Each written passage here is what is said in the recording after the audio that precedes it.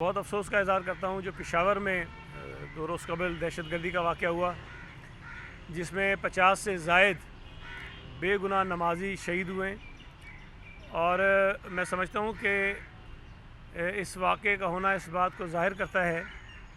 کہ اس ملک میں جو کچھ برس پہلے دہشت گردی بہت انتہا پہ تھی، بعد میں اللہ کا شکر تھا اس پہ کنٹرول ہو گیا تھا، پچھلے کچھ مہینوں سے دہشت گردی کے چھوٹے چھوٹے واقعات ہوئے اور اس کے بعد یہ ایک بڑا واقعہ ہوا ہے۔ وفاقی حکومت کو، انٹیریئر منسٹری کو اس پر سنجیدگی کا مظاہرہ کرنا چاہیے، اور فوری طور پر نہ صرف یہ کہ جو دہشت گرد اس میں ملوث ہیں ان کی نشاندہی ہونی چاہیے، بلکہ ان کے خلاف، اس گروپ کے خلاف سخت کارروائی ہونی چاہیے کہ خدا نخواستہ ایسا نہ ہو کہ اس قسم کے واقعات ملک کے دیگر علاقوں میں بھی پھیلنا شروع ہو جائیں۔ میں ان تمام نالائق اور نائلوں سے بھی گزارش کرنا چاہتا ہوں جو صوبہ سندھ میں کسی ایک اسٹریٹ کرائم کے واقعے پر بھی حکومت کے خلاف یہ مطالبات شروع کر دیتے ہیں کہ جی حکومت ختم کر دینی چاہیے، چیف منسٹر کو ہٹا دینا چاہیے، حکومت کو گھر بھیج دینا چاہیے۔ اس طرح کی باتیں مناسب نہیں ہوتی۔ کسی بھی اپوزیشن کے ممبر کی جانب سے خیبر پختونخوا کی حکومت کے حوالے سے ایسی کوئی بات نہیں آئی، حالانکہ ذمہ داری بنیادی طور پر یہ صوبائی حکومت کی تھی کہ وہ اس کو کنٹرول کرتے، وفاقی حکومت کی تھی کہ اس دہشت گردی کے واقعات کو وہ روکتے، لیکن وہ ناکام ہوئے ہیں۔ لیکن ہم پھر بھی یہ سمجھتے ہیں کہ اس قسم کے واقعات پر کسی واقعے پر یہ مطالبہ کر دینا کہ حکومت کو چلے جانا چاہیے شاید بہت آگے کی بات ہے، لیکن جو سندھ حکومت کے خلاف ہر موقع کی تلاش میں رہتے ہیں، اس قسم کی باتیں کرتے ہیں، انہیں بھی یہ ذرا سوچ لینا چاہیے کہ اس قسم کے واقعات کہیں پر بھی ہو سکتے ہیں، اور کوئی حکومت جان کر یہ نہیں چاہتی کہ اس کے صوبے میں یا اس ملک میں اس قسم کے واقعات ہوں۔ لیکن میں مطالبہ کرتا ہوں کہ فوری طور پر ان دہشت گردوں کے خلاف کارروائی ہونی چاہیے، ان کو گرفتار کرنا چاہیے۔ دوسری بات آپ کے علم میں ہے کہ جو شہید اطہر متین صاحب تھے، جو سما نیوز سے جن کا تعلق تھا، ان کے قتل میں جو لوگ ملوث تھے ان میں سے کچھ گرفتار ہوئے ہیں، اور ایک شخص پولیس مقابلے میں کمبر شہداد کوٹ میں جو ہے وہ ہلاک ہوا ہے۔ جو بات میں پہلے دن سے کہہ رہا تھا کہ مجھے امید اور یقین ہے کہ سندھ پولیس اس مسئلے کو سارٹ آؤٹ کرے گی اور قاتلوں تک پہنچے گی، وہ اس میں کامیاب ہوئی ہے۔ اب ہماری کوشش ہوگی کہ عدالتوں کے ذریعے جو گرفتار لوگ ہیں ان کو بھی قانون کے مطابق جو ہے وہ سزا دلوائی جائے۔ اس کے بعد جو لانگ مارچ ہمارا شروع ہوا تھا، عوامی مارچ کراچی سے، اللہ کا شکر ہے کراچی سے جب اس کا آغاز ہوا وہ بہت شاندار اور تاریخی ہوا، اور ایک بہت بڑی ریلی جو ہے وہ چیئرمین صاحب کے ساتھ یہاں سے ٹھٹا کے لیے روانہ ہوئی، اور اس کے بعد ہم آگے بڑھتے گئے۔ صوبہ سندھ میں ہر شہر میں جہاں جہاں ان کا استقبال ہونا تھا وہاں تو ہوا، لیکن اس کے علاوہ بھی کئی مقامات پر جہاں استقبال کا پلان نہیں تھا وہاں بھی ہزاروں لوگوں نے بلاول بھٹو زرداری صاحب کے قافلے کو ویلکم کیا، اور وہ آپ کے میڈیا نے خود دکھایا، چینلز نے خود دکھایا ہے۔ جب ہم ساؤتھ پنجاب میں انٹر ہوئے ہیں تو سکھر سے آگے، تو وہاں پر بھی میں کیونکہ موجود تھا، میں نے دیکھا کہ جس طرح صوبہ سندھ میں والہانہ استقبال ہو رہا تھا وہی سلسلہ ساؤتھ پنجاب میں بھی آگے بڑھا، اور پھر جب سینٹرل پنجاب میں ساہیوال سے ہم انٹر ہوئے ہیں تو سینٹرل پنجاب کی بھی فوٹیجز آپ کے پاس آ رہی ہوں گی، وہ ساہیوال ہو، اوکاڑا ہو، قصور ہو، رینالہ خرد ہو، پتوکی ہو، جہاں جہاں چیئرمین بلاول بھٹو زرداری صاحب گئے ہیں پنجاب کے لوگوں نے ان کا والہانہ استقبال کیا ہے۔ اور یہ بات میں آپ کو بتا دوں کہ ایک چیز پہلے سے ڈیسائیڈڈ تھی کہ بلاول صاحب نے ہر ڈسٹرکٹ میں ایک مقام پر تقریر کرنی ہے، اور اس ضلع کے جتنے لوگ ہیں وہی اکٹھے ہوں گے، لیکن صرف کل اوکاڑا میں جو پلان ایک جگہ کا تھا وہ 3 مختلف مقامات پر بلاول صاحب کو تقریر کرنی پڑی، اس لیے کہ وہ جا رہے تھے جہاں وہاں بہت بڑا مجمع جو ہے ان کو ویلکم کرنے کے لیے وہ جمع تھا، اور پھر انہوں نے اس مجمع سے خطاب کیا، تو جہاں ایک خطاب ہونا تھا وہاں انہوں نے 3 خطاب کیے صرف ضلع اوکاڑا کے اندر۔ اسی طرح اور ڈسٹرکٹ میں بھی ہوا۔ تو میں پنجاب کے غیور لوگوں کا شکریہ ادا کرنا چاہتا ہوں کہ انہوں نے وفاقی حکومت کی عوام دشمن، مزدور دشمن، کسان دشمن پالیسیز کے خلاف بلاول بھٹو زرداری کی جو اٹھنے والی آواز تھی اس پر لبیک کہا، اور ان کے ساتھ وہ آگے بڑھے۔ آج لاہور سے بلاول بھٹو زرداری صاحب کا عوامی مارچ جو ہے وہ اسلام آباد کی طرف روانہ ہوگا، اور انشاءاللہ تعالی مجھے امید ہے آج دوپہر میں جب وہ ناصر باغ پہنچیں گے تو وہاں بھی بہت بڑی تعداد میں لاہور کے شہری نہ صرف ان کا استقبال کریں گے بلکہ ان کے ساتھ ساتھ ان کے قافلے میں شامل ہو کر اسلام آباد کی طرف روانہ ہوں گے۔ آپ کو میں بتا نہیں سکتا ہوں کہ کتنی بڑی ریلی ہے جو ان کے ساتھ جا رہی ہے، اور ہزاروں کی تعداد میں گاڑیاں ہیں جو ان کے ساتھ ٹریول کر رہی ہیں۔ آپ اگر جی ٹی روڈ پر جائیں تو آپ کو ایک میلے کا سما نظر آتا ہے، لیکن اس میں ایک بہت افسوسناک اور قابل مذمت جو رویہ ہے پنجاب حکومت کا، وہ یہ ہے کہ وہ مختلف مقامات پر روڈ بلاک کرتے ہیں اور ہمارے مختلف قافلوں کو دوسرے روڈز پر ڈائیورٹ کر دیتے ہیں، ہمارے وہ کارواں کو توڑتے ہیں، ڈائیورٹ کرتے ہیں، کسی اور طرف بھیج دیتے ہیں تاکہ وہ کسی طرف اور نکل جائیں اور گھنٹوں سفر کر کے آگے چلے جائیں، اور بلاول بھٹو زرداری صاحب کا جو کارواں ہے، جو ریلی ہے، وہ ٹوٹ جائے۔ اور یہ تقریباً رحیم یار خان سے یہ سلسلہ شروع ہوا ہے اور لاہور تک یہ سلسلہ جاری ہے۔ میں یہ سمجھتا ہوں، میں مطالبہ کرتا ہوں پنجاب حکومت سے کہ یہ غیر جمہوری، غیر آئینی، غیر قانونی، غیر اخلاقی جو طرز عمل ان کا ہے، جو یقیناً عمران نیازی کی ایما پر ہو رہا ہے، اس کو یہ فوری طور پر بند کریں۔ ہم کوشش کر رہے ہیں، ہم اس بات کو یقینی بنا رہے ہیں کہ ہمارا کارواں جو کراچی سے چلا تھا، جس طرح سے پرامن طریقے سے وہ پرامن انداز میں اسلام آباد پہنچے اور اپنا سفر ختم کرے، لیکن اگر مختلف مقامات پر اس قسم کی سازشیں اور کوششیں ہو رہی ہوں گی تو یہ کسی بھی واقعے کا جو ہے وہ اس پر کوئی امکان پیدا ہو سکتا ہے اور کوئی ری ایکشن آ سکتا ہے مرکز کی طرف سے، کوئی صورتحال ایسی پیدا ہو سکتی ہے جس سے ہم بچنا چاہتے ہیں۔ چیچا وطنی میں ہمارے قافلے کی کچھ گاڑیوں پر جو آخر میں آ رہی تھیں ان پہ پتھراؤ ہوا ہے، مختلف گاڑیوں کے شیشے ٹوٹے ہیں، اور یہ بھی میں سمجھتا ہوں کہ جان بوجھ کر ہمارے قافلے میں پارٹی کے جو کارکن، جو پاکستانی عوام شامل ہے، اس کو اکسانے کی ایک سازش تھی تاکہ وہ رد عمل کا مظاہرہ کریں اور کسی قسم کا کوئی کلیش ہو، کوئی جھگڑا ہو۔ تو یہ جو رویے اختیار کیے جا رہے ہیں انتہائی قابل مذمت ہیں۔ دوسری طرف جو ایک جوکر مارچ شروع ہوا تھا گھوٹکی سے، اور وہ ذلیل ہوتا ہوا، دھکے کھاتا ہوا آخر میں حیدرآباد پہنچا ہے، اور حیدرآباد میں آپ نے دیکھا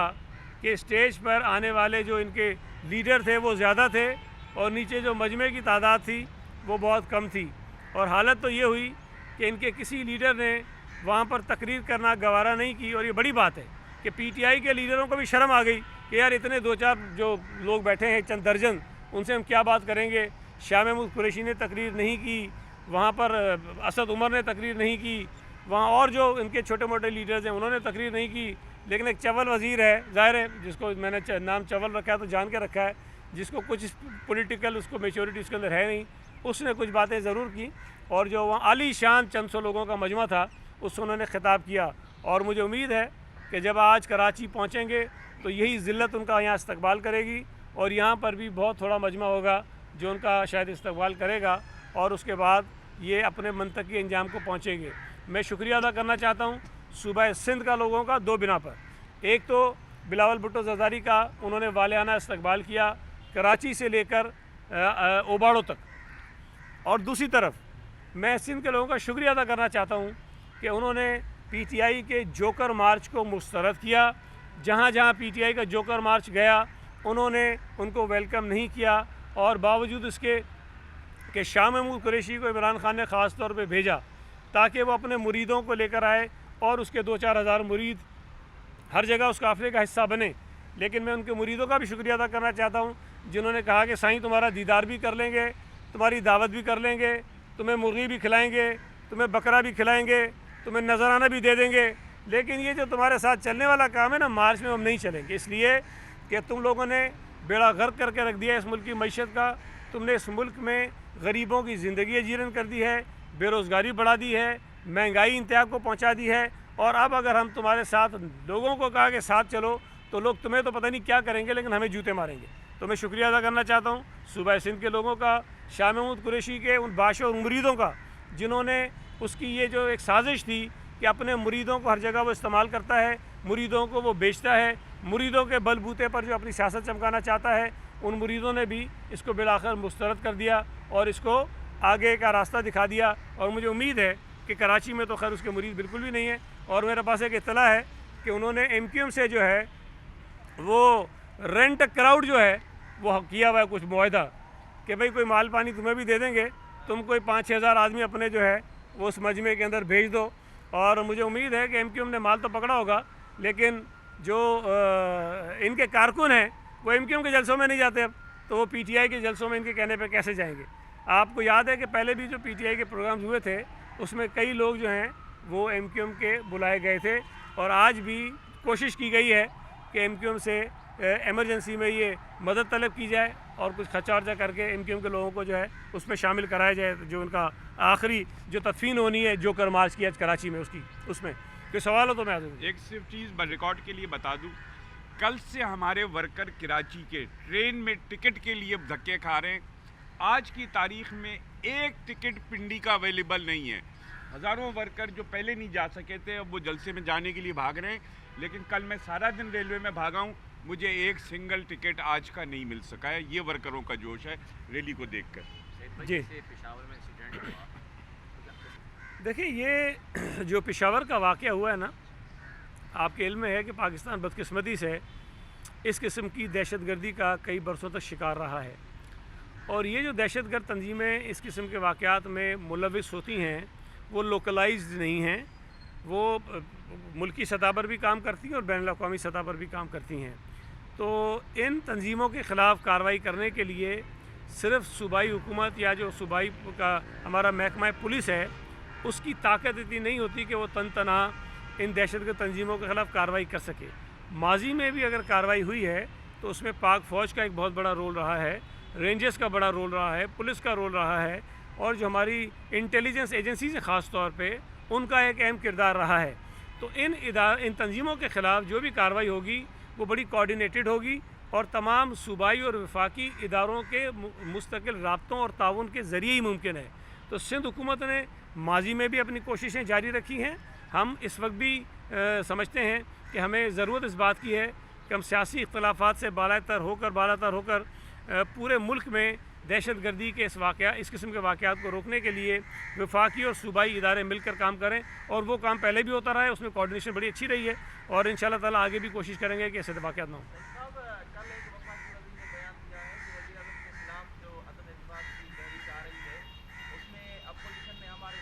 دیکھیں، یہ بات ویسے ہی ہے جس طرح پی ٹی آئی کے چول لوگ کہتے ہیں کہ 2023 میں پیپلز پارٹی سندھ سے صاف ہو جائے گی۔ یہ تو لطیفہ ہے نا، اس میں کسی کو یقین آتا ہے؟ وہ پارٹی جو خود صاف ہو رہی ہے وہ اس جماعت کو کہہ رہی ہے کہ ہم صاف کر دیں گے جس کی مقبولیت میں اضافہ ہو رہا ہے۔ تو اگر یہ جو 2-4 پی ٹی آئی کے بیچارے مایوس وزیر ہیں، جب وہ یہ کہتے ہیں کہ اگر اپوزیشن نے ہمارے 10 توڑے تو ہم ان کے 15 توڑیں گے، اس کا مطلب یہ ہے کہ ان کو اپنے 10 کے ٹوٹنے کا تو یقین ہے نا۔